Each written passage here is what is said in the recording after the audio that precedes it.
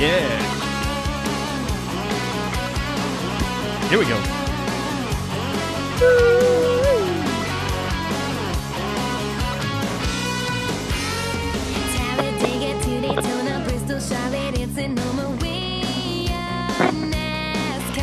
Welcome, y'all! That's right. This is the Pregame Engineer Tailgate Mayor Racing Podcast, episode number 84 for Wednesday, February 8th, 2017. I'm Tailgate Mayor Rusty Wallace, joining the PETM Podcast studio with Pregame Engineer Andrew Sherwin. What's up, dude? I think we're going to surprise a few people with our guests today. I think so, too. I think we're going to surprise ourselves a little bit. Hopefully he gets himself surprised maybe a little bit. Maybe with some of them answers that come out and all the rest of that. First off, I already see on the Periscope, folks, I saw somebody say, "Oh, poor Rusty." Because they can see us. Yeah, they can see us. I've got on a Patriots jersey, not just Patriots, but Tom Brady himself. So let me just display it for everybody. I'm a man of my word. I lost a bet. Congratulations to the Lap Traffic podcast fellas. Lap Traffic. At Lap Traffic PC. They won the bet there. And, Falcons, hey, you know what? We choked it out. We lost the thing. I've come to terms with that. I get it. I ain't going to blame no deflated balls or headsets not working or whatever. We flat out choked that one out. So what can I say? Bet's a bet. Here's the jersey, fellas. It's been fun doing this. Sherwin, it's been real fun doing this whole deal with him, right? Yeah, he's got on the Harpoon. I participated a little bit myself. I got the Harpoon Brewery hat that I bought on the Boston Pier. Yeah. At the tap room there. But I am representing Yunker Motorsports here on the T-shirt. Nice work. Well, without further ado, let's go ahead and introduce our guest for tonight. We've got he's a spotter and business manager in the Xfinity Series for Elliott Sadler. He's a spotter for Clint Bowyer in the now Monster Energy NASCAR Cup Series. Host a Door Bumper Clear podcast on Dirty Mo Radio. You can find him on Twitter at SpotterBrett. From Pageland, South Carolina, it's Mr. Brett Griffin. What's up, Brett? Man, that may be the best intro I've ever received. I appreciate that. What's up, guys?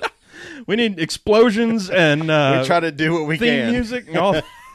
Yeah. How you doing tonight, Brett? I'm good, man. So, Rusty, did you have to actually buy this Tom Brady T-shirt, or did somebody loan it to you? No, I am very unlucky in that my brother-in-law, my sister, decided to marry a guy who's from Boston, and no, he's a great guy. I love him to death. But he has a jersey. They live about a mile from me, so he had one that I could borrow. The folks over at Lap Traffic, they actually offered to mail us one at one point. That's true. That's true. He was like, "Hey, which one of these you want me to send you?" I was like, "No, it's all good. I got it." I will say this though: around halftime, they tweeted at us and said, because the other half of the deal was that they would have had to play the Falcons Rise Up theme on their podcast to open it. And at halftime, they sent us a tweet that said, "Hey, fellas, why don't y'all just go ahead and send us that MP3?" Yeah, I started taking shots around halftime, and I apologize because it obviously turned the tide in Tom Brady's favor. Oh, man, it was your fault. That'll happen. That'll happen. Mr. Brett, what you drinking on tonight? Man, I'm actually sipping on a little Tito's and water with a lemon in it. But big buddy of mine, Casey Kane, a long time ago, we were in Las Vegas, and he kind of was sipping on one, and I tried it, and it's been kind of my go-to drink ever since. That's awesome. That's something we can get behind. I might have to learn how to like that drink. If Casey Kane Tito's and water and lemon. Actually, that sounds pretty good. Love it. Sherman, what you got there? You've got something crazy. Yeah. So I got a beer here. It's a Sweetwater IPA, local stuff, dressed very handsomely in the PETM podcast koozie, but also got a Coca-Cola and Jim Beam Black. Well, that'll happen. What's in this big bottle here? Tell us about that one. Well, for later, for celebration post-show, we've got Founders, the Lizard of Oz. It's a bourbon barrel-aged chocolate vanilla stout. Blueberries are mixed in there somewhere. It's a little bit crazy. We're going to get into that later. Sounds like a plan. Yeah. It's 84th episode, 84 car. I don't have much to say about the 84 car, dude. It's no wins with the 84 car. Not a very popular number. A.J. Allmendinger, 38 races in the 84 car. And the man himself, though, Dick Trickle, 28 races, Mr. Short Track legend, Mr. Smoking cigarettes in the car. I mean, that's another one of those take your hat off and right, have a sip. Right, yeah, Dick Trickle. Absolutely. Sparta Brett, did you get a chance to ever meet Dick Trickle? You know what? I was around him some when I first started out. I started in the sport in '99 and was around him a lot. You know, never spent a lot of one-on-one time with him to get to know him. I mean, he always had a cigarette in one hand and a black cup of coffee in the other, and was a hell of a race car driver. But I didn't really get to know him on a personal level. No, a lot of respect for him. Absolutely, awesome. Yeah. And I keep reading his racing resume is similar to, we've talked about on the show, Andre the Giant's drinking resume. Like, right, you can't count them all.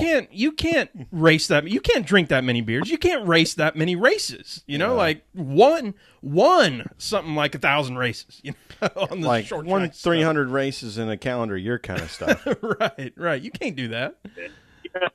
And I mean, he was, you know, he certainly wasn't the last of the good old boys to come through here, but I mean, he was a guy that you felt like was a blue-collar badass that could drive a race car that the real American guy, you know, could relate to in terms of the success story and the hard work and it paying off. So, you know, I think our sport now, it's trended a lot more Hollywood, and obviously we're not Hollywood by any stretch, but we've trended a lot more Hollywood in terms of kind of how these guys get here, what they look like, how they act, and you know, how they have to produce themselves. And a lot of that is driven by TV. A lot of it's driven by sponsorship. Because if you can't attract sponsorship and you can't attract media, then you're obviously not going to be able to race. So it's certainly a different world. Definitely miss, you know, the Dick Trickles of the world, and there was a lot of blue-collar badasses back then. Blue-collar badasses. Blue-collar badasses. That should be a hashtag. Right. Maybe that'll be the title of this show, Blue-collar badasses. Well, Brett, you're the first spotter that we've had, which strangely we've had a few drivers in the truck series come on. But first spotter, and like I got all googly eyed the first time we had drivers on and asking them all these questions, and now I'm feeling that same thing, because it's like the spotters, what they're doing is unbelievable to me. So if you go on and you listen to like air traffic control at an airport, it's this code that it's like, what in the world are they even saying to each other? It's going 1,000,000 miles an hour.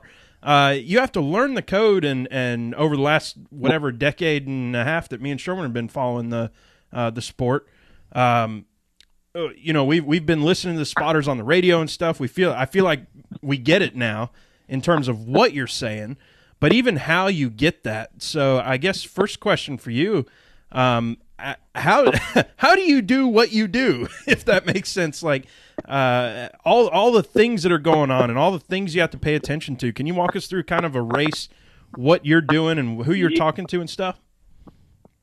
Yeah, I mean, I think at the end of the day, what people don't necessarily realize is we have to be present in order for our car to be on the racetrack. So when you see a practice, you see qualifying with multiple cars, obviously you see the race. Anytime there's more than one car on the racetrack, our drivers cannot participate if we're not present. So per NASCAR, we're inserted as a safety device at the team's expense.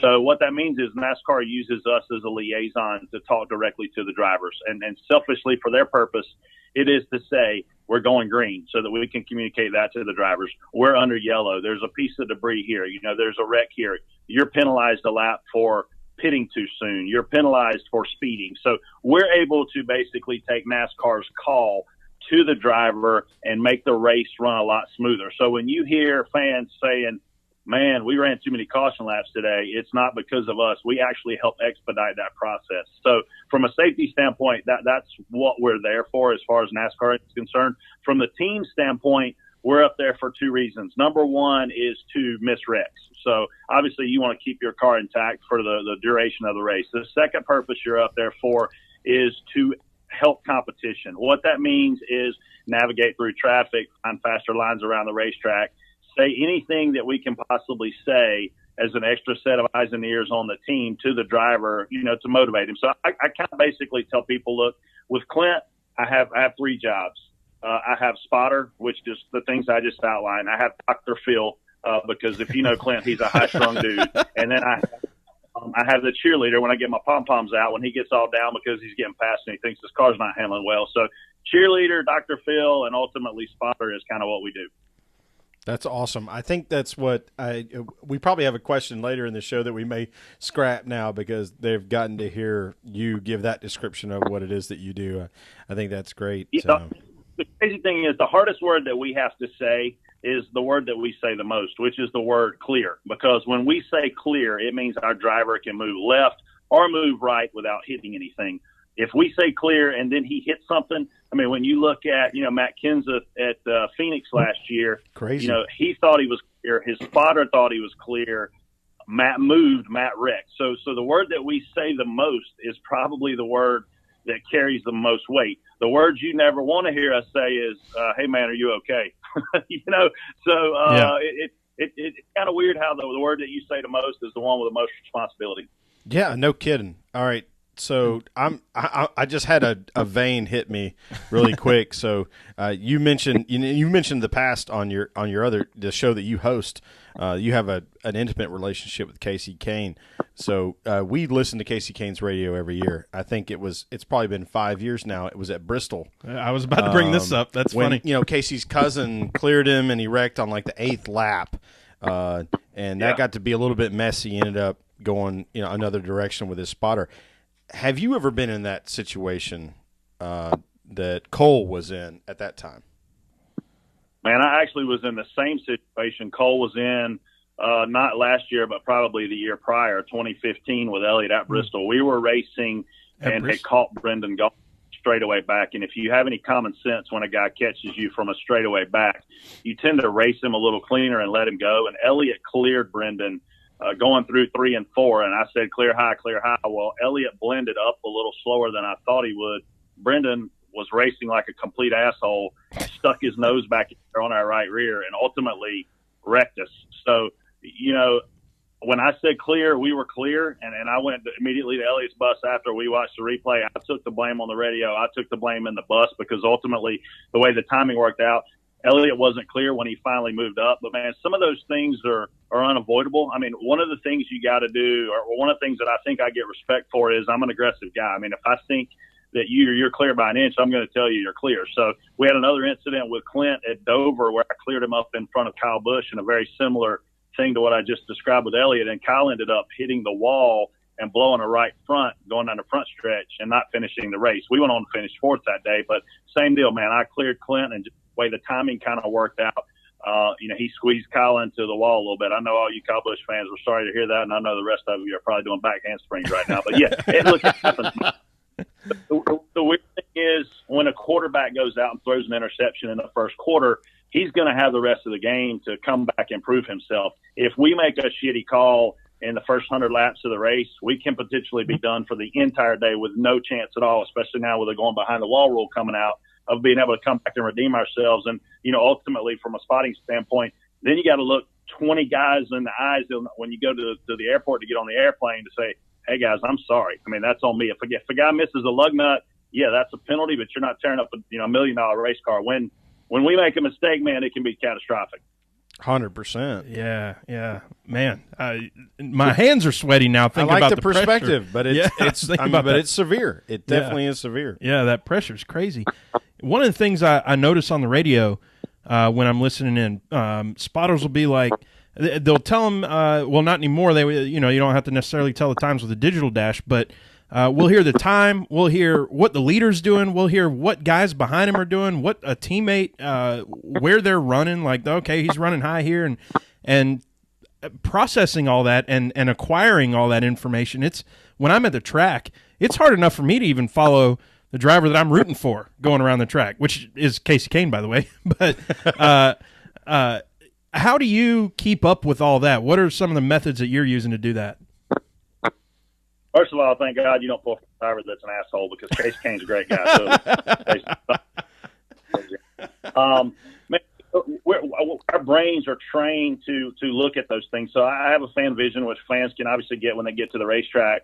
That fan vision tells me every driver's lap time. Now, my challenge is I have to look down to find the lap time, which means I'm not looking at the racetrack, so I can put myself in a bad position in terms of something happening and maybe not being able to communicate it to the driver. But most importantly, a driver wants to know if anybody's catching him. So, you kind of have to focus on that lap time behind you in the event that they are catching you, because you're going to try to do different things to get away from that guy. And then clearly they can see out the front of their cars. The crew chiefs are jumping up and down on Channel 2, screaming at us, "Oh, my God, we're faster than the guy in front." And you want to say, no shit, he sees the car getting bigger. But nonetheless, you have to – so in appeasing the crew chief, you tell the driver, you run a 30 and the car in front of you run a 60, which means you caught him 3/10 out of lap. So, man, our brains are trained to do that. Their brains are trained to, or most of their brains, not all of them, are trained basically to be able to interpret it, and that's just kind of how it works, man. Yeah, that's very cool. The inside, we knew we were going to get some insight that would surprise us, and obviously we appreciate that. So, are we segueing? What are we doing, Rusty? Well, so you talked about before even being like a psychologist to the drivers sometimes, and that was surprising, or not surprising. That makes sense. What other things are there that you do as a spotter that people may not know about? Maybe even when you're off the spotter stand, what you're doing there, or other things you're looking at. It really comes down to, and I feel like I've been probably one of the more fortunate guys what I'm getting ready to tell you. It really comes down to having a good relationship, a good rapport with your driver when he's not in the race car. I'm very good friends with Clint. We've been friends for over a decade. Elliot's been like my brother since 1999. So they know when I'm on the radio with them, I'm invested in what they do from a professional standpoint, and I'm equally, if not more, invested in what they do from a personal and friendship standpoint. So I think the trust factor a lot of times with the relationships that you're trying to build with your driver is done so more out of the car than it is in the car, because once you start working together, you kind of start figuring out, when they need to have certain information in order to make it work, because they're dancing and you're providing the music and you're helping them dance to the beat. So again, man, I don't think there's anything as it pertains to spotting that's more important than having a great relationship with the driver. And I've been very, very fortunate to have great relationships with the three that I work for in the Cup Series, which are Elliott, Jeff Burton, and now Clint, obviously. Yeah, that's fantastic. But it's great insight into the personal relationship that actually makes the professional relationship go. Because it makes sense that that's the case. Because I think Rusty and I would say both in our professional lives that when you're a project manager, if you have a personal relationship with anybody that's involved with the accountables for those projects, that's a better thing than not. Right. No, that's so it's funny the parallels there with other places, but how even still it's something you might not think about. Brett, what do you do after a win? I've always wanted to ask a spotter this, because you're like way up over the top, and are you like just jumping up and down celebrating up there? Are you trying to run down the stairs to go see everybody? What do you do when the driver crosses that line? Man, hands down, the one of the tougher things about our job is to get to victory lane when the race is over. And it didn't used to be that difficult, but now that we have, more fencing than we've ever had, more softballs than we've ever had, stronger gates with more cables behind those gates than we've ever had, it just delays us getting to victory lane. When you're at a place like Darlington, there's a tunnel that you can actually run to get through to victory lane, so you can get there pretty quick. But from the standpoint of us celebrating immediately when the race is over, we typically get there about the same time television is about to leave victory lane, unless we're at a special track, like Martinsville or somewhere, like I said, where there's a tunnel close. But, man, it's really cool because there's 40 people that do my job in the world, period. Mm-hmm. There's 40 Cup sponsors in the world. So when you get to the elevator after the race and all of your peers are saying congratulations, man, it's a really good feeling, because you spent 3.5 hours wanting to kick 39 people's ass. And then, when you actually do it, and those same 39 people go, "Hey, Brett, congratulations, man. That's awesome." That's one of the best feelings about winning, is certainly having all your buddies, all your peers saying, "Hey, Brett, congratulations." And then clearly getting to victory lane's a big deal. The last time Clint won Charlotte, I saw you guys have that picture up. We partied until 6 o'clock the next morning. Thought I was going to die. So that's awesome. Well, so we know we've said it on the podcast before that Dale Jr., I believe, is the first one I heard ever say this. But he said, "When hell parties, they raise Clint Bowyer." Yeah. Do you have any safe for public consumption stories about partying with Clint Bowyer that can be told? Yeah, I'll give you guys one. So the night of that Charlotte win, we were celebrating, man. A lot of the team guys were over, and, we all just kind of slept wherever we chose to after the fact. But about an hour before we all crashed, I actually ended up on Greg Biffle's couch at his bus. He wasn't there. But I bus driver woke up the next like, man, I'm on a bus, and I'm not sure whose this is. But anyway, it was Greg's. But back to your point, Clint has a Peterbilt lowrider. So it's like a miniature version of a Peterbilt. And I would hate to know how much money he's got in this thing. I would say well over $100,000. And he had driven to the racetrack, and it was parked beside of his bus. And our owner at the time, Rob Kaufman, got in the Peterbilt, and he proceeds to rev the engine extremely high. And for some reason thought that he could get this Peterbilt to do a burnout. Well, when he dropped the clutch, the transmission fell on the ground. Oh, no. Yeah. Uh-oh. I don't know how much money he won that night, but I promise you it cost him more money to fix that truck after that. Wow. Too much torque. No kidding. Man. And this thing was bare smoke. I mean, smoke is just roaring from this thing. It looked like we had a freaking fire going on. It was crazy, man. But again, Clint throws big parties. It's fun. Yeah, the picture that you mentioned, it almost looks like in Clint's eyes, that you can see he's like, I'm about to get Spotter Brett. Toe up from the flow up. Yeah, toe up from the flow up is a good way to put it. And you're like, all right, let's drink some beer. I'm big enough, boy. Charlotte Victory Lane has a bar immediately behind it. So when you win, I did not you know this. literally have all you can drink open bar tab at the bar right behind Victory Lane. So we had moonshine, Pops, his dad and I called on Speed Channel chugging beers, like racing beers. I mean, I'm from small town South Carolina, man. We know how to work hard. We know how to play hard. So when we win, we celebrate. Absolutely. That's the way it should be. And that's the way we want it to be. That's the way we would prefer it to be, because we play hard when we do this show. And this isn't a celebration. This is just having fun. This is goofing off during the week. So that's awesome. Speaking of either goofing off or whatever's going on, what are you doing in the off season right now? What's going on for you? Are you like working hard and getting in there and talking to people on the race about the races or something, or just sort of hanging out with the fam? Man, I've been hustling. It's been a busy off season for me. Personally, I moved into a new house, which is always fun. And then the other piece of it is one main's a big part of my job as Elliott's manager. So a lot of trips back and forth to Wilmington, Delaware, planning for 2017, getting ready to roll out new paint schemes and new websites. And we've got a lot of fun promotions that we're working on for this year, which I can tell you, if we pull them together, the fans are going to have opportunities that they've never had. I mean, this sponsor, One Main Financial, is going above and beyond to offer a really unique opportunity in October. So I'm hoping this thing comes together for the fans, because it's going to be, as many as 10 people that are going to have a chance to win something that you would never, ever, ever have an opportunity to buy. So, that's the cool part about our sponsors. And I don't think they get enough credit by the media, and I don't think they get enough credit at times by NASCAR of ultimately taking our sport to the marketplace. I mean, when you look at what Winston did all those years, what Sprint did all those years,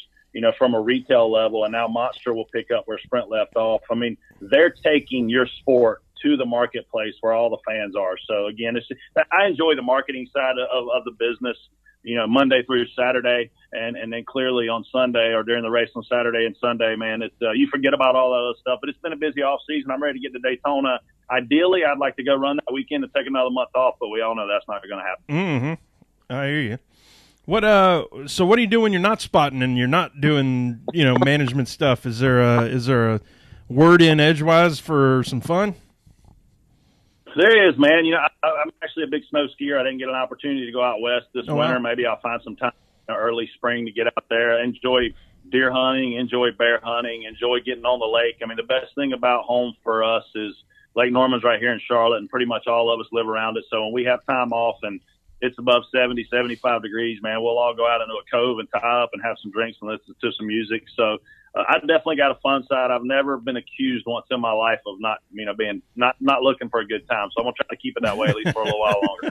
Yes. I am betting dollars to donuts that you are a person that has jumped off of a ski boat with a life vest worn as a diaper with a beer in hand, so you could bob up and down and drink that beer. 100%.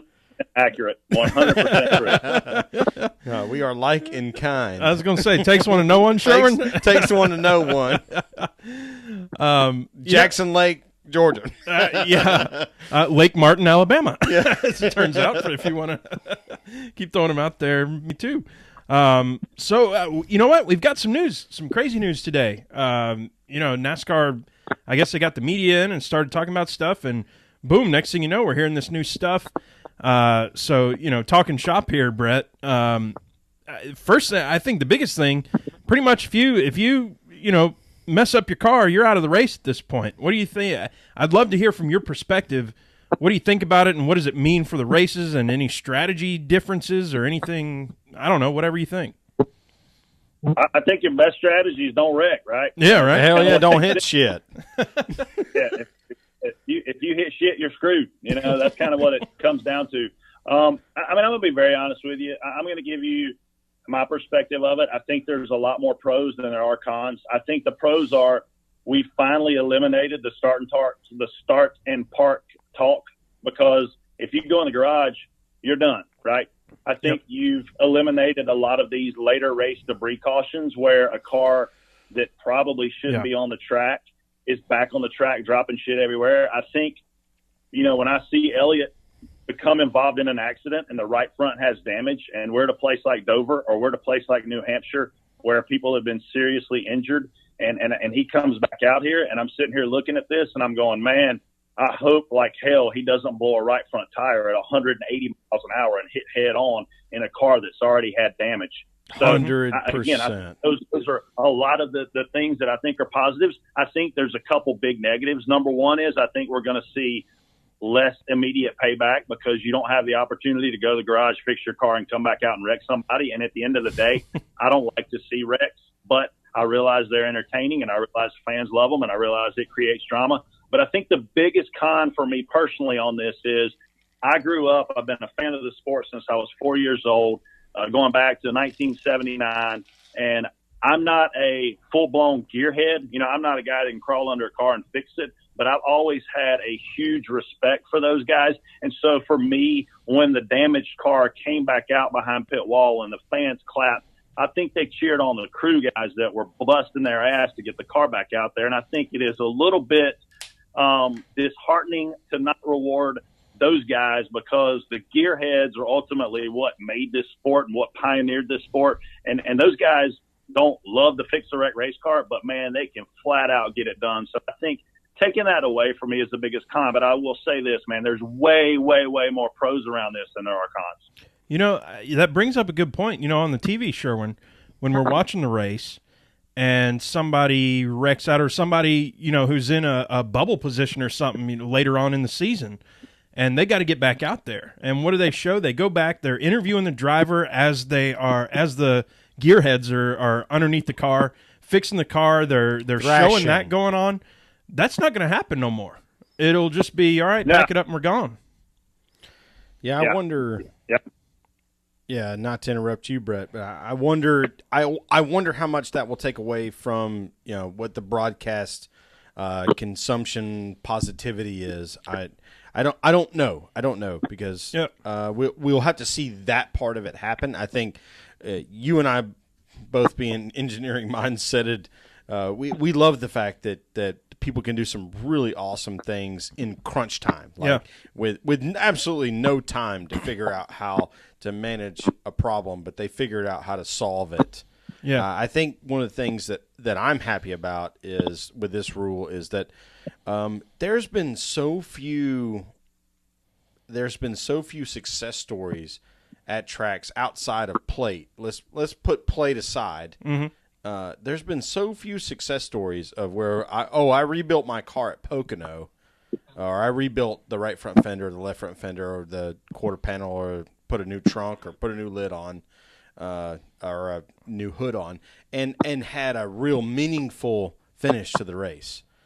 But so many more times we've had that car blow a tire or drop debris and create a different situation for the leaders that otherwise wouldn't exist. Yeah. And so I'm very much in favor of this rule because of that. Absolutely. I guess I brought up kind of a devil's advocate scenario where I thought, we won't be able to see them working on the car in the garage while the race is still going on anymore.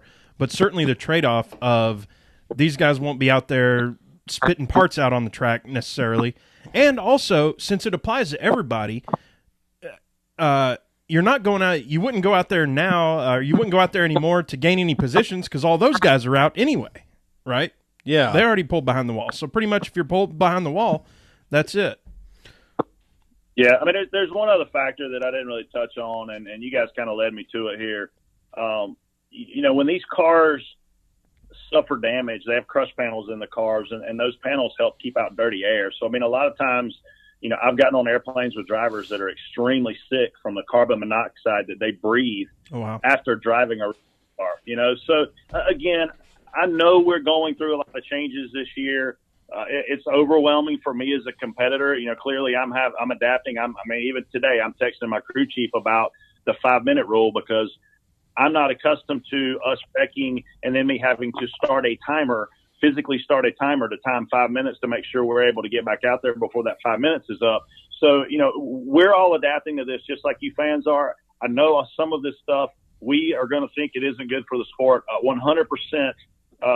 Every change that's being made is to help the sport. We're not doing anything, to make the sport worse. That's not anybody's intent. So when we look at a change like this and you go, oh man, this sucks. It's always been the way where you fixed your car and you came back out. Yeah, you did. And you busted your ass and you put people in jeopardy for 3 points. They've given us a lot more opportunity to earn those points back next week that we didn't have before. Yeah. And I think that's a great point, Brett. And I think the way NASCAR has changed the points to where positions 36 through 40 are now worth the same amount, I think we're going to naturally see that those potential opportunities to fix a car and get back out there are going to reduce. And I don't know, based on what I saw on Twitter today through a bunch of different interactions, I don't know that we had to go so far as to say you only get 5 minutes to fix your car on pit road. I think we probably could have looked at this very laissez-faire or passive-aggressive and said, all right, well, there's a minimum number of laps you have to be within what is the actual lap. And we could have said that we're going to raise the minimum lap time. Or speed, rather, reduce the minimum lap time. And we could have done this same thing without doing such a drastic change. Do you have any opinion on that? Man, I'm not disagreeing with anything you're saying. I mean, in terms of the time, I saw somebody ask a question, when does the time start? The time starts when you cross the pit road entry cone, and when you exit the pit road entry cone, exit cone, that has to all happen within 5 minutes. So you have to enter pit road, do your repairs, and exit pit road within 5 minutes. I guess my only real concern about the car sitting on pit road for 5 minutes being fixed is at a place where we don't have an outside pit wall like Talladega. I don't want to see a car sitting on pit road for 5 minutes, which is going to equate to about 6 green flag laps, where we've got people underneath cars and we potentially see a wreck and then that pit wall not be on the outside of that car to protect the car and those guys. So I hope that as we go through this, there are, modifications and changes that are going to happen, because at the end of the day, I mean, we need to keep everybody safe. And I'll say one more thing about this rule. We all cheered when if Kyle Busch went behind the wall for whatever reason and he missed 20 laps and he came back, all the Kyle Busch fans stood up and cheered. Now when Kyle Busch goes behind the wall, he's not going to come back. So I'm not real sure who cheers and who boos and who leaves and who stays. I mean, there's a lot of variables, but again, I think this rule is a great rule for the competitors and a great rule for the fans. Just give it a chance. Mm-hmm. Yeah, I think you're right. I think there is a concern that will a certain contingent of fans leave? Like, I mean, if their guy gets the 5 minute penalty and he's gone, it's a question. How much does that change the gate, or not the gate, but the concession? Money earned. Yeah, but, we talk about. I think one that's very intimate to us here at PETM is when Mark Martin spun at Michigan and blasted the wall right next to Casey Caden's pit. because that wall was not extended far enough to catch him leaving the racetrack, and he went all the way into pit road and did that. Oh, that car was destroyed. We caught it sideways or whatever, right next to Casey's pit. Like we don't want that at all. We want those people to be safe. That's not one of those crashes where you're like, hey, a car crashed. Woo, NASCAR. You're like, oh crap. Yeah, it's like, did somebody get hurt there? That could have sucked a lot. Mm-hmm.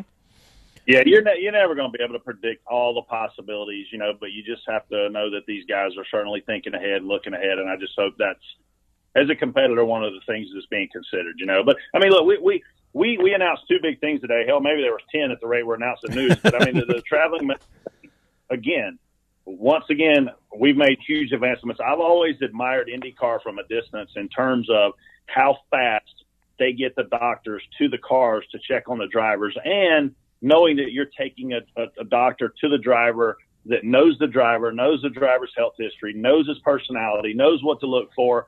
I mean, when you talk about crashing, you're talking about head trauma being a big possibility when guys are hitting the wall at 190 miles an hour. Mm-hmm. The head stops, the brain keeps moving, it slams into the skull. It's just like a football player when they hit head-on with another guy. Extremely violent. Drivers accept that risk, just like football players do, but we still need to be able to tend to the drivers as quickly as we can, like IndyCar does. And this needed to be done in NASCAR. So kudos to whoever made this decision. I mean, when I look back at Ernie Irvan, Jerry Nadeau, Steve Park, guys who had serious brain trauma injuries in a race car, I question whether or not that doctor being there quicker, could have helped. So NASCAR has said, hey, we're going to bring trauma doctors to the racetrack. We're going to get them to our guys. We're going to get them safe. This is probably the biggest advancement that I've seen us do in terms of safety since we installed soft walls and head and neck restraint systems. I mean, again, I'm ecstatic about this rule. That's so cool, and it's like it's like you're reading our. Can we pile on? Yeah, it's like you're reading our show notes here, because that was the very next thing. But in the travel and safety team, I love the perspective, because from a fan's perspective, I'm not sure. If the general fan even really cares. Oh, okay, well, all right. I think they care. Doctors. I just don't think they understand. Yeah. I don't think they can process it. Maybe that's what I mean. They certainly care about the safety of the drivers and all that, but not really understanding it. So, that's a great. That's a great perspective. Well, a lot of them maybe even don't. I mean, you see all that. We all see the stuff on Twitter about, it's not what it used to be. It's not my daddy's NASCAR where guys were tough. And it's like, then you hear Richard Petty go on, NASCAR, not NASCAR now, I'm misbranding that, but the FS1 show, and say, you know what, I kind of wish Dale Jr. maybe had said, I'm done. And that's a big thing for us all to sort of discuss. So, I mean, do you have an opinion on that, Brett? Man, I actually had my kid come in here tell me good night, so I missed the grunt of that. I apologize. I thought she was already in bed. She's still up and running around. It's all good, my man. Kids are all good. How old's the kid? 10, 8, and 4 are my kids, man. That was my 10-year-old. 10-year-old, all right. Happy to be interrupted by your kids. Yeah, no, it's fine. We were doing equivalent fractions earlier, and I thank God I wasn't drinking vodka water then. I'd never made it through it. I hear that. That's awesome. We'll move on from there. The other thing that was announced this week, the Dash for Cash thing. So they're doing that again.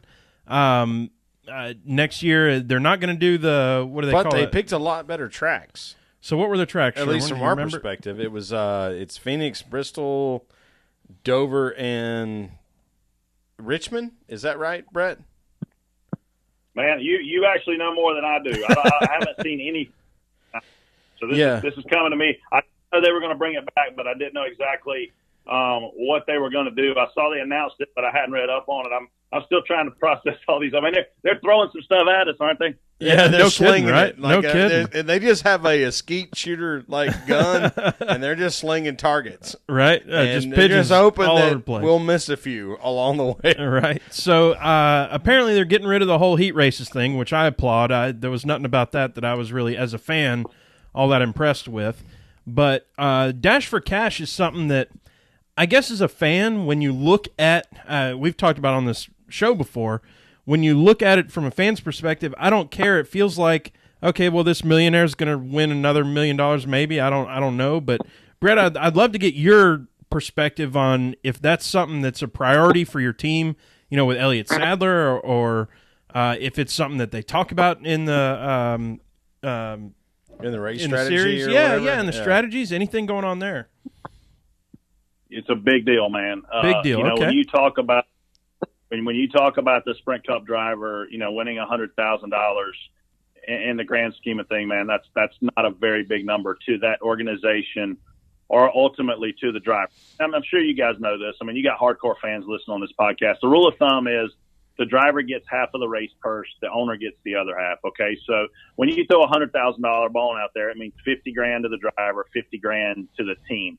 Now, when you're a team like Dale Jr., who has a gigantic budget, like the 19 car with Daniel Suarez, that gigantic budget, $100,000 is certainly a lot of money.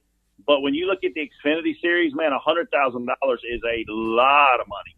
So number one, the opportunity to win $400,000 plus that $1 million bonus if they put that back in if you win all four, that is a huge deal. You could win more just winning the Dash for Cash races than you potentially make all year if you're a guy that runs, top five and you're used to doing well. So I think it's a big incentive. And the other part of it is from the broadcast perspective, you want your car to be on TV. If you're in Dash for Cash, you have an in-car camera. Your car is on television. You're getting those advertising impressions that your sponsor is ultimately paying for in that race. So, you can take a Dash for Cash race and get potentially $1 million worth of TV exposure, which is huge return for the sponsors. So, yes, it matters a lot to teams. I mean, fans, it doesn't sound like a lot of money because so much money is talked about in our sport in general. But in the Xfinity Series, $100,000 is a pile of money. All right. Well, that's a great perspective. What can they do to maybe make fans get more interested in that, do you think? Or get rid of heat races. Well, there's that. But I think they should give out 100,000 free beers to fans. I think that would probably get them all excited. Hey, there you go. Again, it's a promotion, right? And it's something that TV gravitates toward. It's something that the teams and drivers gravitate toward. It's certainly going to make your race maybe a little bit harder than you typically would in terms of trying to qualify for it, in terms of trying to win it. So I think the fans just have to sit back, and it gives them kind of a race within the race to follow. And, no matter what you do, the first thing you learn in college and marketing class is you can't be all things to all people. And I feel like social media sometimes, gets NASCAR's ear a little bit too much on things that aren't important. I feel like people always find a way to bitch about things. And I think some of it is warranted and some of it is not. So, a program like Dash for Cash, you got a sponsor dumping real money into the series, real content, real organic engagement in terms of the racing. So, man, I'm all for it. I don't see anything negative when you look at programs like that. And when you look at the pole award, you get $10,000 and then nobody really cares about that $10,000 because they want that first pit stall selection and they want to be able to, race in the Busch Clash or whatever we're calling it this year. So all these things are done just to incentivize competition, in my opinion. Mm-hmm.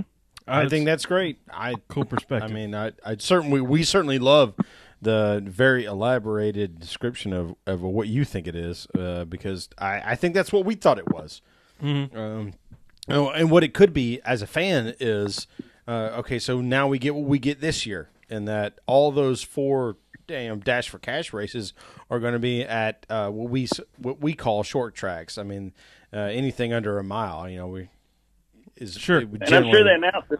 You got to remember too, with these Dash for Cash races, there's a lot of Cup drivers that won't be eligible to run it. So again, I said this last year on Door Bumper Clear, like, what's the point of giving out $100,000 if the guy that wins it ran 6th? That's not exciting. So by taking those Cup drivers out of that element of the conversation, now the guy that wins the $100,000, he's going to have to run top 3. So I've never been one to say, oh my God, he deserves $100,000. He ran 8th. It doesn't make sense to the fans. Yeah. So hopefully those rule changes together will resonate with the fans and get people more excited about it. So that's something I want to march around the room with a sign. Yeah, with like the Bash Brothers fist throwing, because you're 100% correct. Because not only, you're saying that as a competitor, but you're also saying it as a fan, and you're 100% correct. Like, we're going to get to see this year, we're going to get to see, Xfinity Series drivers are going to compete for that money. Mm-hmm. And they're going to compete for it by running in the top 5, maybe even winning those races, versus what we've dealt with in the past. And stuff. Yeah, running 8th or 10th or whatever, because it just happens to align with the race that all the Cup drivers and Kyle Busch beats Joey affiliated Logano. with Xfinity teams are going to run their car. And so, I mean, like, we have a certain opinion about that in terms of marketing, but hey, it's going to be better for those drivers that are competing. Yeah. Speaking of, on a similar topic, Brett, new rule changes. They've been out for a few weeks. We've talked about it a few times on the podcast. Love to get a competitor's point of view on this, and your point of view, between the stages and the point system. What was your thoughts or reaction to that? In the initial announcement, when Steve O'Donnell stood up there and explained it, I was confused, man. And I was confused, hopefully not because of it, but I was confused because I heard words that I'd never heard before, like playoff, and I'm like, what is a playoff? We don't have a playoff. We have a chase. So I felt like there was some disconnect in terms of saying, hey, guys, you're not going to ever hear the word chase again. You're not going to ever hear the word caution clock again. I was waiting on some of the terminology we've all come to be familiar with. And so when it was explained without that terminology, I think that made me get maybe even more lost than I should have been. But when, I sat back 30 minutes later and I looked at a tweet I think Jeff Gluck or someone sent out, I was able to realize, okay, it's still a normal race. That's a good thing. Yeah. Right? There's going to be 2 cautions that are going to be built into the race, and we're going to know when those cautions occur. Okay, that's all right. I'm all right with that. Now, the third aspect of it is when those segments end, there's going to be 2 sets of points given out. A set of points for regular season, and one person is going to get a bonus point that makes them available to use in the chase should they make the chase. Which, let's be honest, guys, if you're winning segments, you're probably good enough to make the chase. Like, you're not going to see you're not going to see Mike Harmon go up there and win a segment and have a bonus point for the playoffs that he's not going to be able to use, right? It's just it's not going to happen. Or Gray Galding, right? 100%. It's not going to happen. But the regular season points I find very intriguing, very interesting. I think they put a lot of pressure on the crew chief. And again, I think, drivers are catching crap for being so positive about this in the media, but they're all saying, give this time and let it play out. I agree with them. For me, my biggest challenge is, how do I explain this to my 8-year-old that wants to know what the hell is going on that's never gone on before, and how I mathematically, help her segregate all the different points and when they apply and when they don't apply. So, I mean, it's not going to be perfect. Nothing is perfect, but I think it was a little bit of a move in the right direction. And I think these segments offer us more televised racing and less commercial breaks, and I really hope that plays out. Yeah, very cool. I 100% agree. I think the idea that we could get some more segmented racing on television and not have to worry so much about when we're going to go to commercial, but know when we're going to go to commercial. I don't think it's going to hurt the commercial partners as much as NASCAR would have thought. I think it's going to be better for everybody. I think we're going to race to the fridge, grab a beer, and come back and watch the commercials. Yeah. Especially if they're good, because the commercials at Daytona, 3 of the last 5 years, I would say, were better than the Super Bowl. They were hilarious. Super Bowl commercials, for sure. There were definitely years where the Daytona commercials were better than the Super Bowl, for sure. So, yeah, keep your eye out for those. And, we talked about it too, Sherwin, the irony or the dichotomy of, when we switch to this whole easy point system, I'll call it, where, hey, first place gets 42 points or whatever it was, and 42nd place gets 1 point, and just, go down the line, and then bonus points for winning and leading a lap and leading most laps and all that. That's easy to keep up with, and that was the selling point for that. And now it's, okay, well, now we have 2 different point systems, and we're doing it 3 times during a race, and some of them are playoff points, some of them aren't. I'm still going to have to watch, I almost feel like, a whole season of racing before I even understand where the points lay out, because it has, like, your points carry through to the playoffs. I don't even we talked about that. I don't even understand how that works. I tell you, the last thing I want to see is the last thing I want to see is let's go to Atlanta or Richmond or Bristol or Martinsville early in the year, and let's talk like points as they run.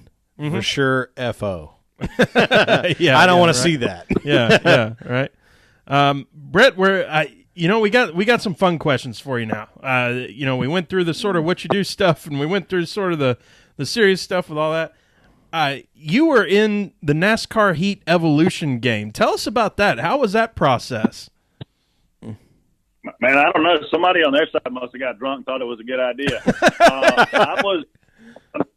Again, man, I've been in the sport for, I think this is my 17th or 18th season that I'm getting ready to start. I got in when I was 23 years old, and I'm over 40 now. So it's been awesome. But I got a phone call from a friend at NASCAR that said, hey, we're doing this game. We want you to be a part of it. Will you help us out? And it was a great friend that called, and I said, yeah, absolutely. I'll come down and help you guys out. So I went and did voiceovers for it. And then I just went back a few weeks ago and did voiceovers for a mobile app that's coming out that's going to be similar to the game. And so, yeah, man, I mean, again, I'm very fortunate to get to do what I do. I mean, like I said, there's only 40 of me in the world.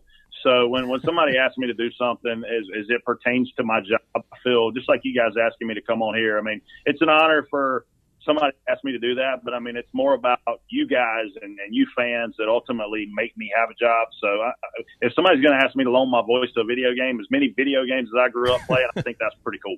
That is way cool. I hear you. Yeah, nothing like that.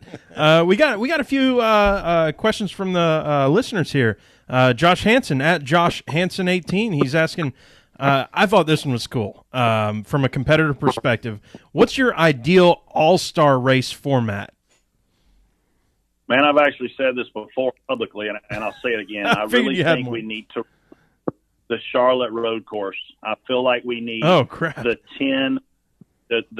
10 most recent winners in the 3 series. Forget all the champion rules. Forget all the fan vote rules. Like, let's take the 10 most recent winners in trucks, the 10 most recent winners in Xfinity, and the 10 most recent winners in Cup, and let's put all 30 of those vehicles on the road course at Charlotte at the same time, drop the green flag, let them win their class. Obviously, a Cup car is going to win the race. That's the big all-star anyway. Have a podium finish with each one that won in their class. I think it's going to be highly entertaining. The speeds are going to vary a lot. They're going to tear up a lot of vehicles, and I think it's going to put on a show. We're a full contact all-star game, unlike these other sports. So we have all-stars that are all-stars that aren't just in the Cup Series. So I feel like those other series deserve the opportunity to be shown as all-stars too. And there's only one way to do it, and that's to have one all-star race.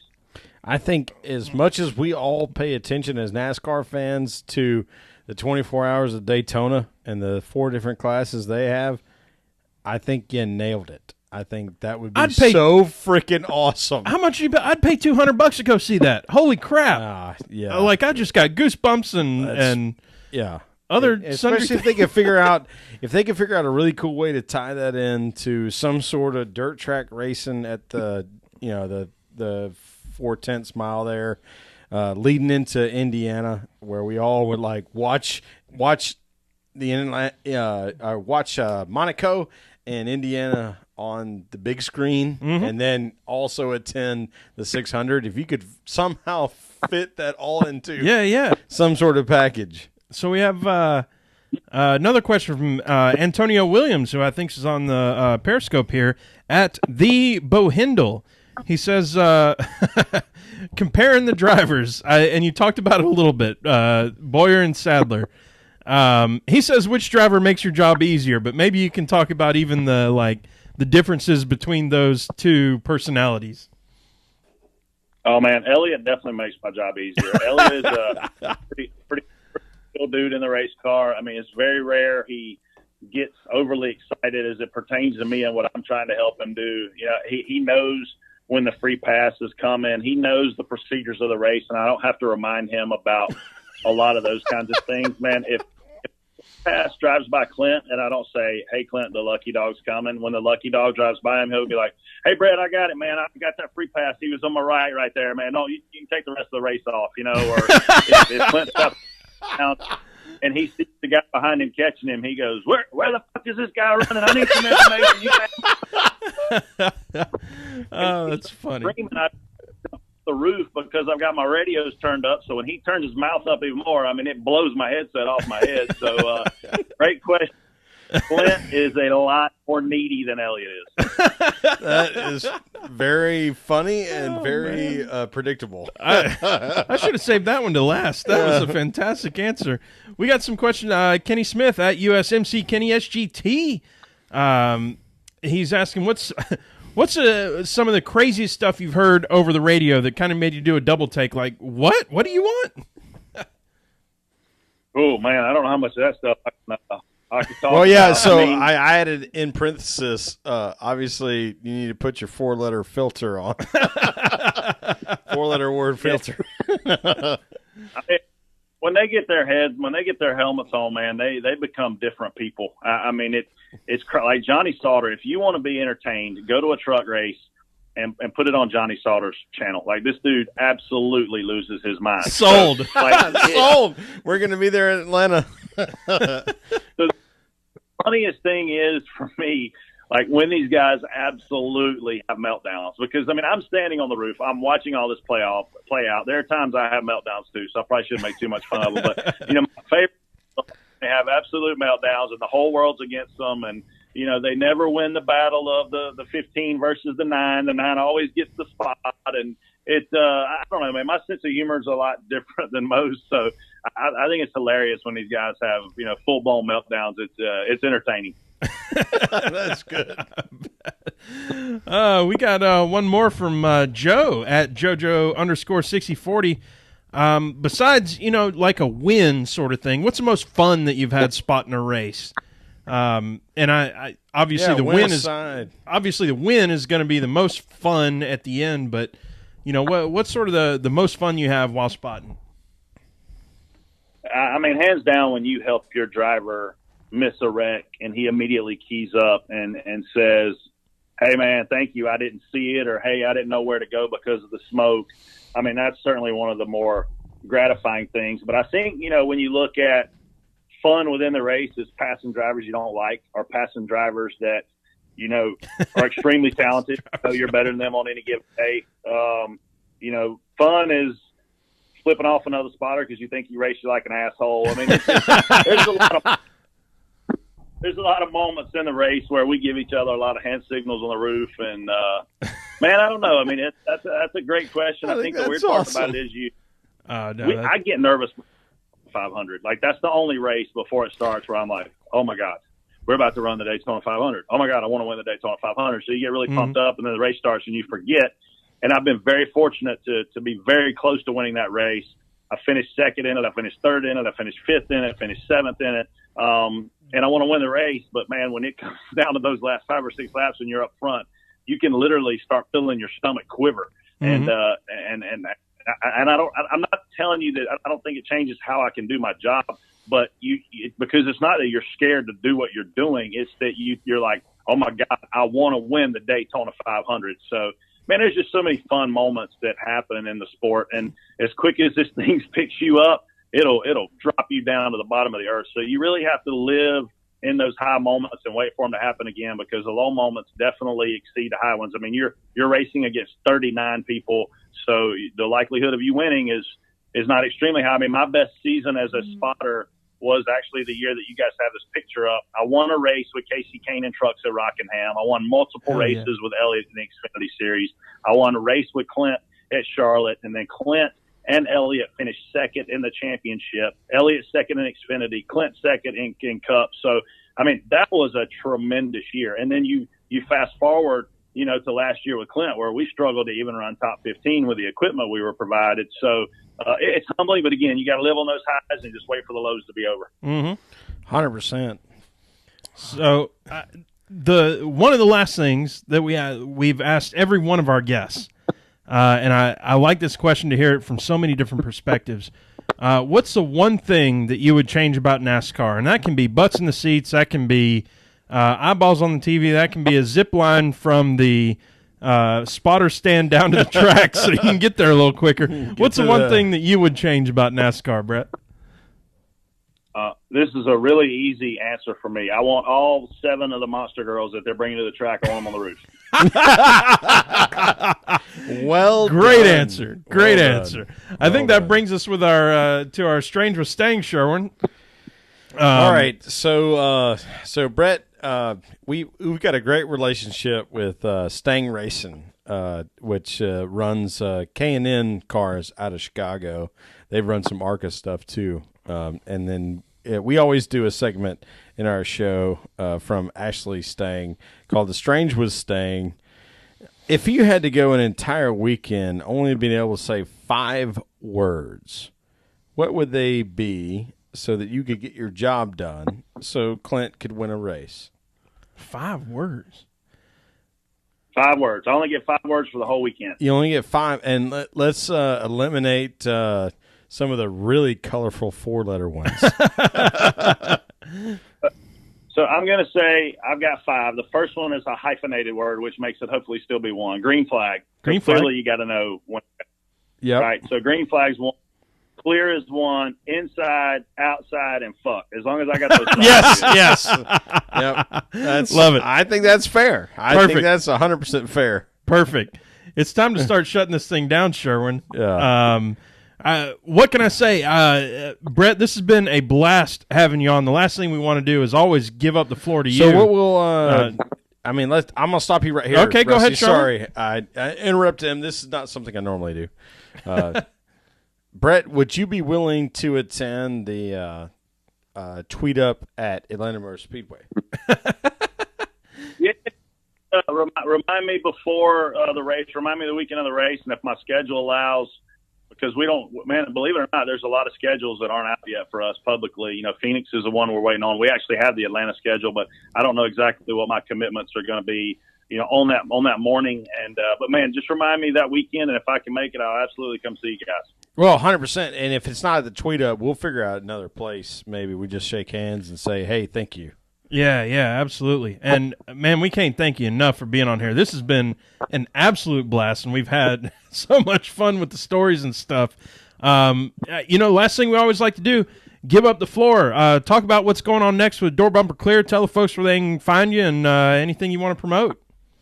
So I think, first of all, appreciate you guys having me on. I mean, Sherwin and Rusty, I always appreciate when you guys tweet at me. I mean, one of the reasons I want to get on here is because you guys have been good to me about providing feedback on Twitter, and I always like what fans have to say, good or bad. And if it's, Cheers, brother. if they're assholes, I love a good debate.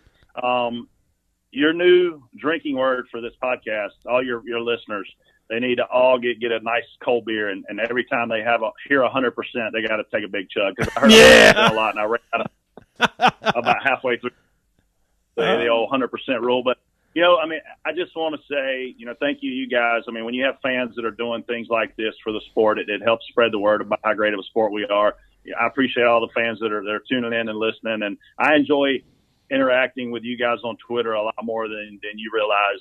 I really love talking politics when you have a different angle than I have.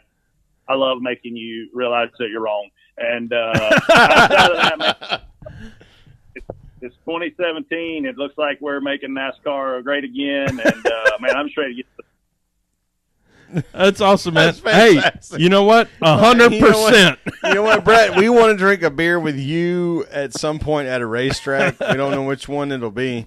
We're going to a bunch this year. We're going to Atlanta. We're going to Bristol, Eldora, with second Bristol, and Darlington. I hope at some point within that process we can find a way to rip open a natural light with you.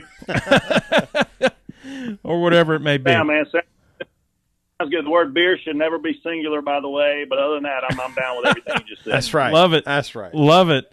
Hey, Spotter Brett, we can't thank you enough for being on the show. This has been an absolute blast, and we're both giddy as hell. So thank you for being on. And you know what, y'all? We got to start closing this out. I hate Are we it. going to get Cindy let I down know. back in? She's back in. Hang on, Brett. Y'all know where to find us. PETM Podcast at PETM Podcast. PETMPodcast.com. And as usual, I'm Tailgate Mayor, Rusty Wallace. Original PETM podcast and all the places. I'm Andrew Sherwin. I am at Sherwin at Pregame Engineer, Pregame ENG on the Twitter and the Instagram. We'll talk to y'all next week. Big thanks to Spotter Brett for joining us. Spotter Brett rules. We'll talk to y'all next week. Bye.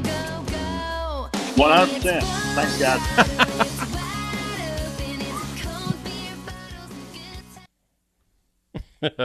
Brett, you still there? Yeah, brother, I'm still here. All right, man. Thank you so much for joining. Anytime that show went long, hopefully it wasn't too boring, but I enjoyed it, man. You guys were good. Shoot, no. No, we're you looking were, at the Periscope now, and people are just real excited about it. And I mean, regardless, we started this thing really just, hey, what do we want to talk about? What do we want to do? And it was very selfish, probably, of us. And to be able to share that with other folks too that are on here, other than me having to sit here and wear a Patriots jersey the whole time. But it's really cool, and I hope other folks get the same giddiness, and if they don't, even still, appreciate you being on so much, man. I just hope they were all wearing yoga pants. Right? That's just what it really matters. Clearly the good-looking ones. When's Door Bumper Clear starting back up, man? We fire back up the Monday after the 500 qualifying, so whatever date that is. I leave for Daytona a week from this coming Friday, and so the Monday following qualifying, we'll be fired up, and we'll do a show every Monday from there till Thanksgiving, man. It's been a lot of fun. I think that we're probably a little bit different from the media in that we don't just offer perspective and analysis. We actually aren't afraid to cross some of the bridges and call some of these guys things that the media are afraid to call them. I mean, I get so frustrated when people are influenced and help form opinions on things that they don't know what they're talking about. So I really enjoy giving perspective, because, man, I've been doing this 17 years. I don't know Ryan Blaney. I do not know Chase Elliott. Yes, I've met them both. Yes, I've talked to them both, but I don't know them. But a lot of these guys I know. So when you're hearing certain things, it's like, man, I got to call bullshit on that. So I think that's been the coolest part of the podcast. You're getting honest, inside perspective, Yep. Well, I think that's why I've enjoyed your show very much, you and TJ and Kristen and Josh. And that's why I've been really happy to promote you, is that you guys do things that we don't do.